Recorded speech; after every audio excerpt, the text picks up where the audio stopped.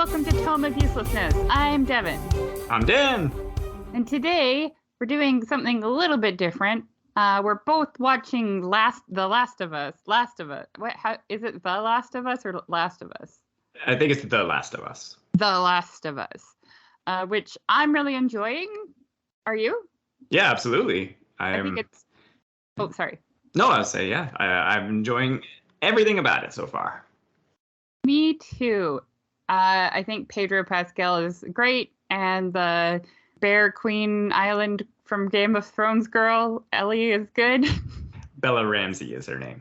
Thank you. But I specifically, so we will do a whole episode, I think, on this once it's over. I think that's in the plans right now.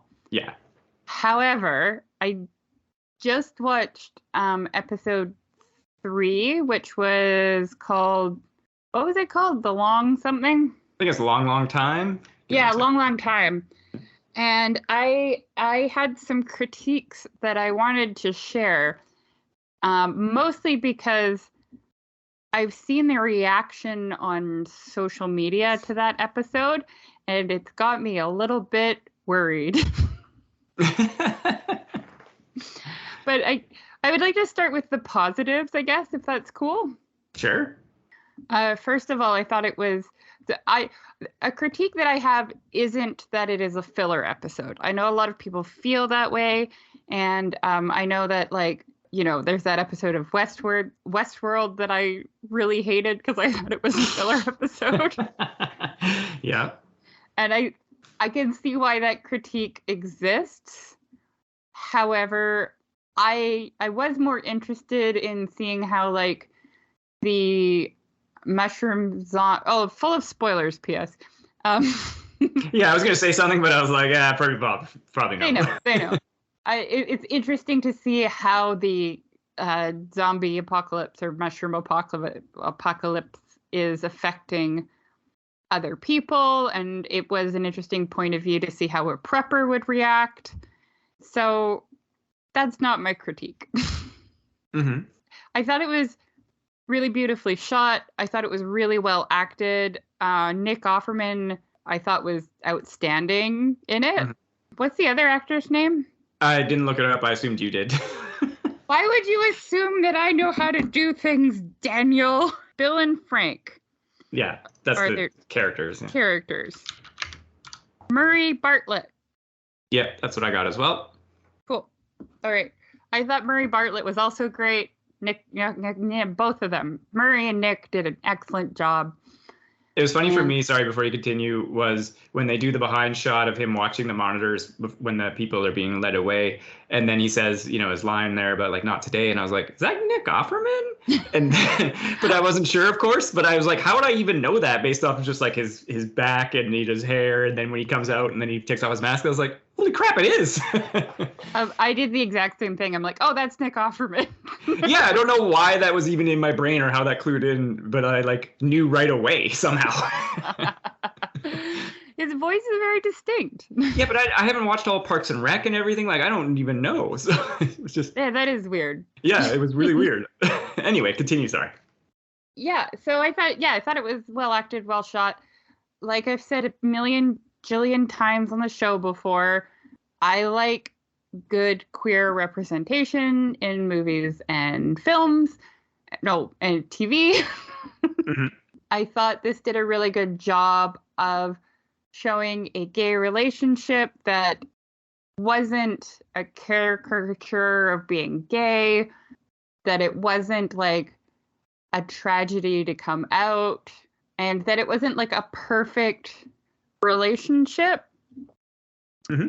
Because, like, you know, like all relationships, queer relationships aren't always sunny shine rainbow time.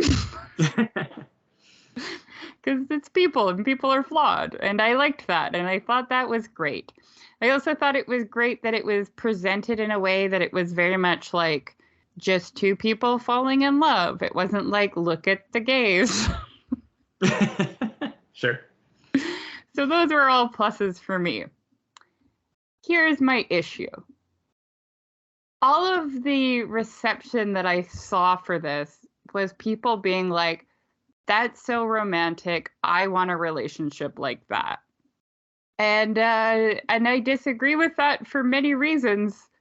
There was a lot of red flags that if this was a real life relationship that I saw, that I was in, or that I saw a friend going through, that I'd be like, hey, we need to have a little chat. Mm-hmm. And right off the bat, the first thing that bothered me was that, so Nick Offerman plays like a conservative, libertarian, doomsday prepper. And he's set himself up in his house, and he's got power, and he's got food, and he's living the high life. And then Frank falls in one of his zombie traps, and he lets him out, and he doesn't really invite him in. Frank kind of invites himself in for food. And right from that first encounter, we learned that Bill, Nick Offerman's character, is gay, but has never been in a gay relationship or had sex with a man before. And I think he implies that he's only had sex once with a woman like a long time ago. Yeah, that was his line anyway. Yeah. And so he does a really good job of showing how Bill's like kind of nervous around Frank. And like, especially when he's bringing the dinners into the dining room, he kind of has that like he's shaking almost, right? Like, mm-hmm. You get the impression that maybe he wants to ask Frank to stay, but he doesn't know how to ask him. And Frank kind of just pushes himself in mm-hmm. and kisses him, and then they go up to bed to have sex together. And before they have sex, Frank says something to the effect of, I'm not a whore, so if we do this, I'm going to stick around for a few days. Then they develop a relationship that spans, like, almost the full 20 years, right? Yeah. So what bothers me is that, like, everybody needs to have a first time, and that I understand. But what bothers me is that Bill hasn't had any meaningful relationships with men, like romantic relationships. He hasn't had sex with other men. Like, this is all he knows. And it felt like a weird power imbalance to me. I know that Bill has all the resources for staying alive, but like, I felt like Frank was almost a bit manipulative about it, because like, yeah, you're alone, you're isolated, you have this unrequited desire that you've never like had that need met. And then all of a sudden somebody comes in and goes down on you, and like, of course you're going to have pretty big complicated feelings right off the bat. And I just kind of felt like the way that lined up felt a little bit manipulative and weird to me. Yeah, it's interesting because I rewatched the episode today in prep mm-hmm. for this, and I think it was done in such a way that it kind of had to service the timing, or how long, like they couldn't develop it more, I think is the problem. Like, yeah, exactly what you're saying. Like, I get what you're saying too, but just the way it's presented, that was the first red flag for me. No, that's what I'm agreeing with you, is that they couldn't have spent more time developing their initial relationship before they kind of dive into a deeper relationship, because they needed to jump time to advance the story. Yeah. Right?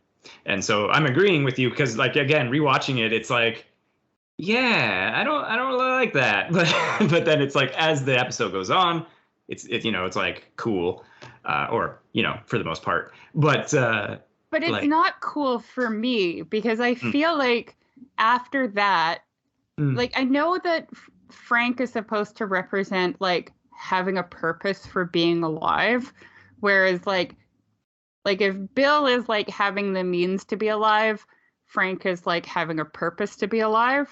Yep. Even though this has been debunked, it's like left brain, right brain, they complete each other, whatever. Fuck, I don't care. But then later, like, Frank when he wants, I can't remember what the exact time jump was, but then he's like, I want gasoline for the lawnmower and I want paint for the house and I want to go get new clothes from the boutiques. And it's just like, Bill has very good reasons to not want to do that. Like, hey, let's stay alive. And Frank just is like, no, that's what I want. So that's what we're doing. And like the way that Frank was written rubbed me the wrong way throughout the whole episode. Like, I felt like he was very demanding and like, I know he made Bill happy, but I don't feel like he was super respectful of Bill's feelings or wishes or wants. Well, I'm kind of approaching it from, again, because they're doing the time jumps, that, like you say, like maybe the first time he asked for some of these resources, it was like, hey, maybe this is a good idea, blah, blah, blah. And then we get to see the heightened version of they're having the argument on the street about it, right? That's true, but I only have what they've shown us to base my opinion on. Yeah. Well, and again, like I said, that's kind of how I interpret the episode going along. But you're right. He's arguing about that, and Frank's like, or Bill, sorry. Yeah, like you said, it's like, dude, I don't want to die. Yeah. And maybe they, like, because to get paint, for example, maybe they have to go back to like a Home Depot, and then that's dangerous, right? To do that versus it's like, I got some gas for the mower, but then people will hear that. I don't know. Right. So. Yeah, like, I feel like all of Bill's reasons for not wanting to do that is valid. I understand where Frank is coming from, but the way that it's presented in the episode, it felt like an unhealthy dynamic when I was watching it.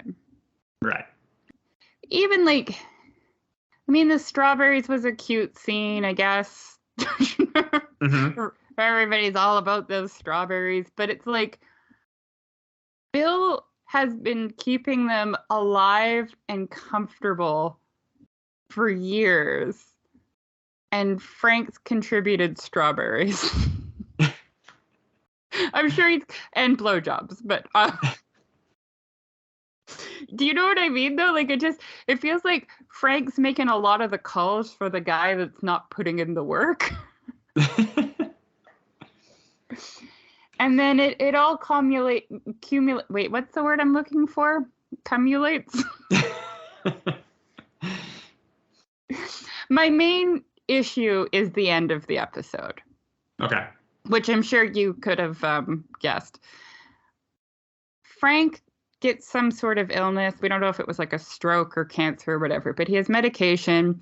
He's wheelchair bound. And he just makes the decision one morning that the day that's coming up is going to be his last day. And I was under the impression that he hadn't really discussed this even as an option before with Bill. He just made that decision, kind of blindsides Bill with it, and makes the request that they go get new clothes from a boutique, they get married, then they're going to have dinner, and then he's going to overdose on his medication. Mm-hmm. I think that people should have the choice to end their life if they're sick and they are suffering and they are in pain. However, I don't think it's ever appropriate to ask the person who cares about you the most in life to do that for you. It really bothered me that he asked Bill to like help him kill himself.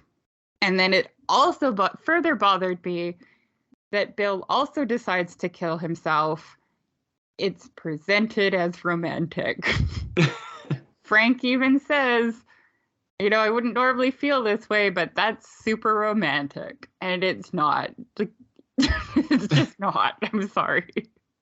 Well, and like you said, Frank does say he's like, that's just super dumb, blah, blah, but it is romantic or whatever.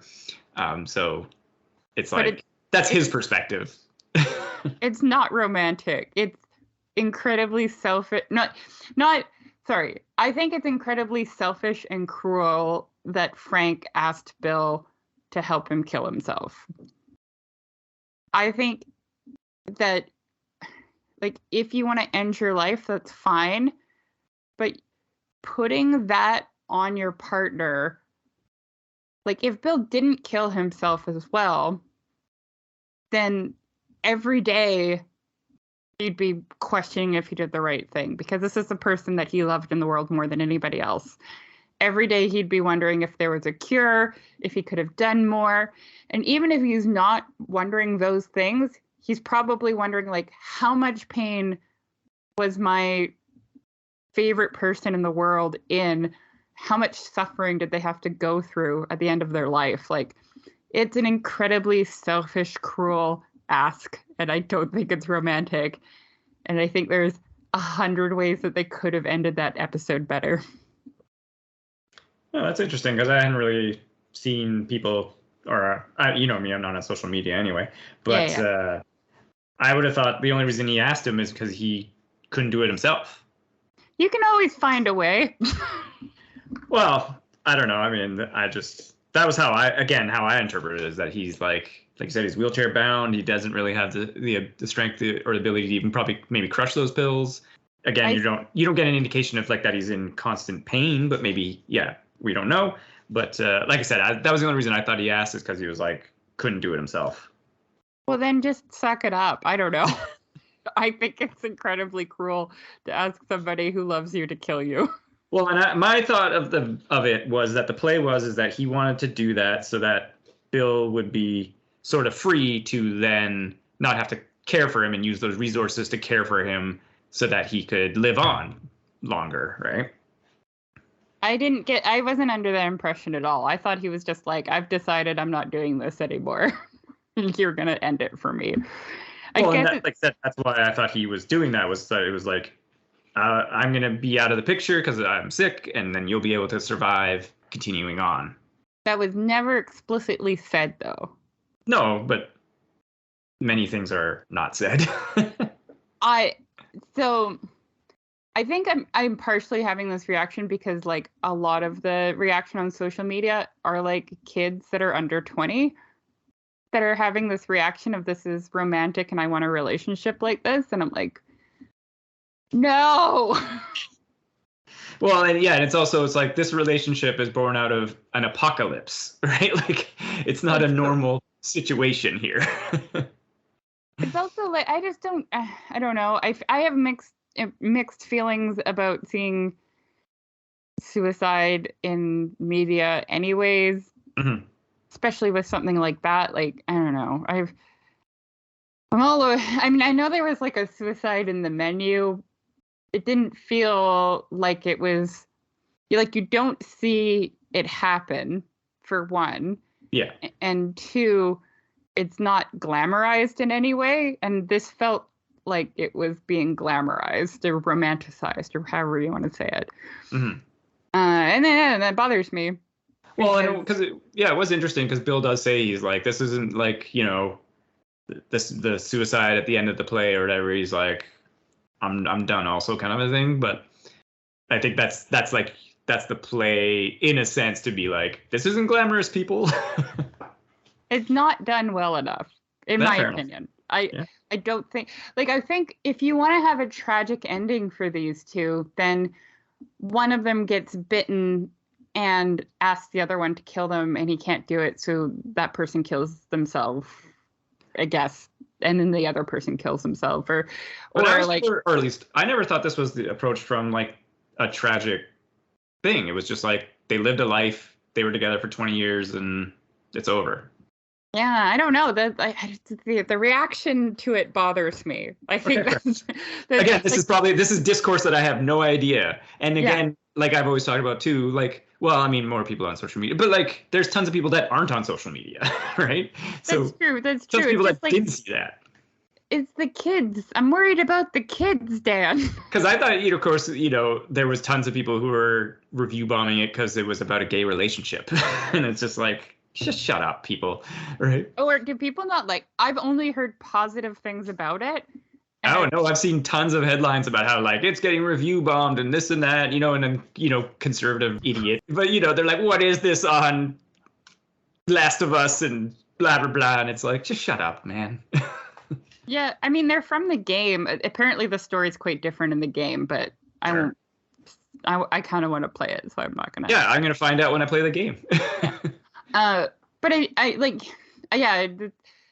The only issue that I had with it is that I felt like they didn't really have an equal dynamic, and I felt like Frank was very, very selfish and cruel to ask Bill to kill him.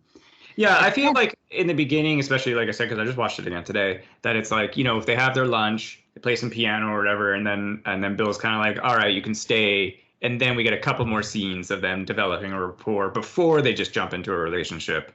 I would have felt better about that. Yeah, that would have been better probably than just like you said. It's just because even watching it again, it was just like, man, it's just so right away, right? Like, yeah, I was like, no. Yeah, so that I could see. Like I said, it didn't have that kind of development. It was weird because I really enjoyed the episode. I didn't fall into the camp of like filler episode. Like I was talking to somebody and they're like, man, there's not even any like zombies in that episode. There's like 2, and it's like zombie stuff isn't about the zombies. That's the whole point. Like, yeah. Again, do people not understand? I don't know. Like, you know what I felt would have been a better ending? Sorry to jump around a bunch. sorry. But if we got a little bit more time with them before they had sex and developed a romantic connection, that's one point that I would have preferred. The second is the Raiders should have just killed them. Mm-hmm. Bill gets shot and Frank dies defending him. The end. Like, I get why that doesn't totally work with the theme of the show, because the whole point of Bill and Frank is to show Joel that he can care about other people, because if Bill can care about someone else, then Joel can. Like, I think that's the whole purpose of that episode and that relationship. At the same time, I just don't want to watch people romanticize killing each other and themselves. It's not cool. Don't do that. Just have the Raiders kill them. Yeah, or like you're saying, and maybe it just would have been too standard tropish in that, like, yeah, like something goes wrong, something gets through, one of them gets bitten, or one of them gets, direly injured, or the Raiders do get through, like not in that first attack, but maybe again, some people try 5 years later and then get through, right? Or you know what? Have it ambiguously. Be like, I heard there's a doctor 2 towns over. I'm going to leave the comfort of our home to try to get you medical aid. Right. And then they're just not there when Joel shows up and there's a letter for him. Sure. Being like, help yourself down my shit. That would have been fine with me too. That could have been, that would have been interesting, yeah.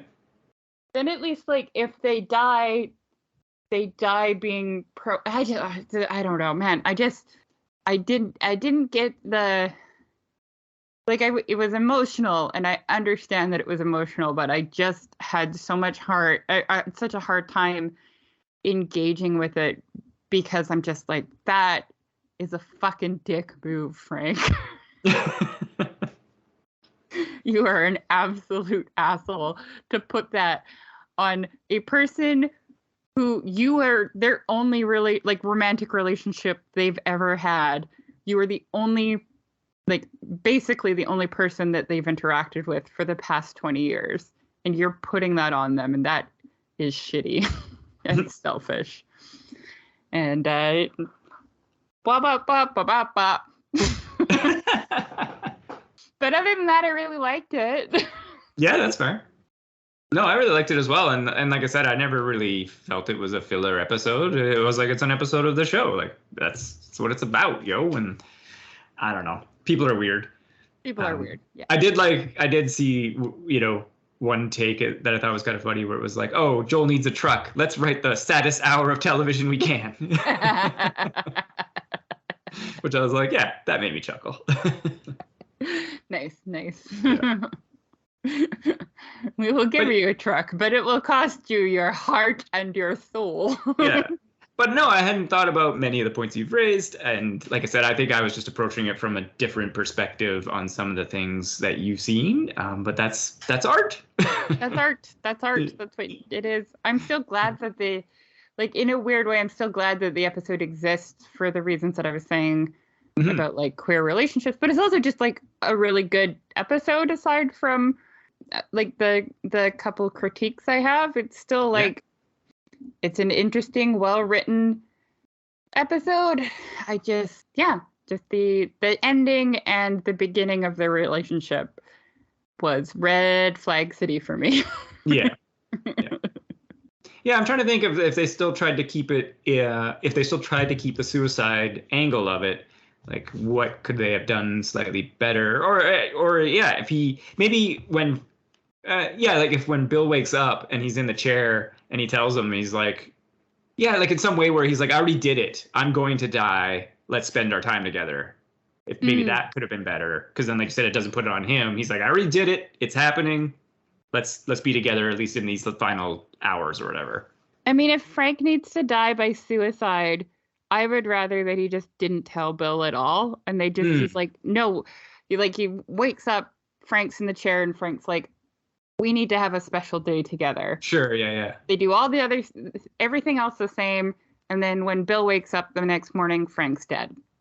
Sure, yeah. Exactly. That's what I mean. Same kind of idea where it's like, it's already done or it's already going to happen. And they just spend a day and then, And then Bill doesn't know anything. Yeah. That's what I would have preferred. But, no one from Hollywood calls me to, like, get me to check over their scripts, so. Well, the problem is not enough people share our episodes out. Yeah, that's right. Like, share, subscribe, all that. Yeah. Ring that notification bell. Yeah. Wait, we're not on YouTube. Oh, wait, we are on YouTube. We are on YouTube, yeah. Yeah, that's it. That's all my thoughts. Did you have anything else to add? No, not really. I think I've interjected here and there as I thought. I mean, I very much enjoyed the heck out of it and still continue to enjoy the show and looking forward to see where it goes.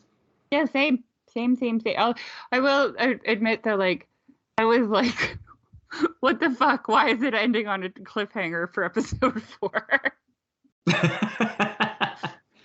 Like, no, give me more. Yeah, that's the unfortunate part of the week to week. You gotta wait. No, waiting. Bad at it. Well, thank you so much for listening. If you like this episode, like we were joking, please like and subscribe and put a review. We're on iTunes, Spotify, wherever you can get your podcasts. You can check our website. Share it with your friends. Yeah. Check our website, tomeofuselessness.com, and our email, tomeofuselessness@gmail.com. You can email with comments, questions, topic suggestions, whatever. Stay safe and thanks for listening. Bye. Oh, forgot. Instagram. Oh, yeah. It's linked off the website. Tome of Uselessness. It's all the same. Oh, my God.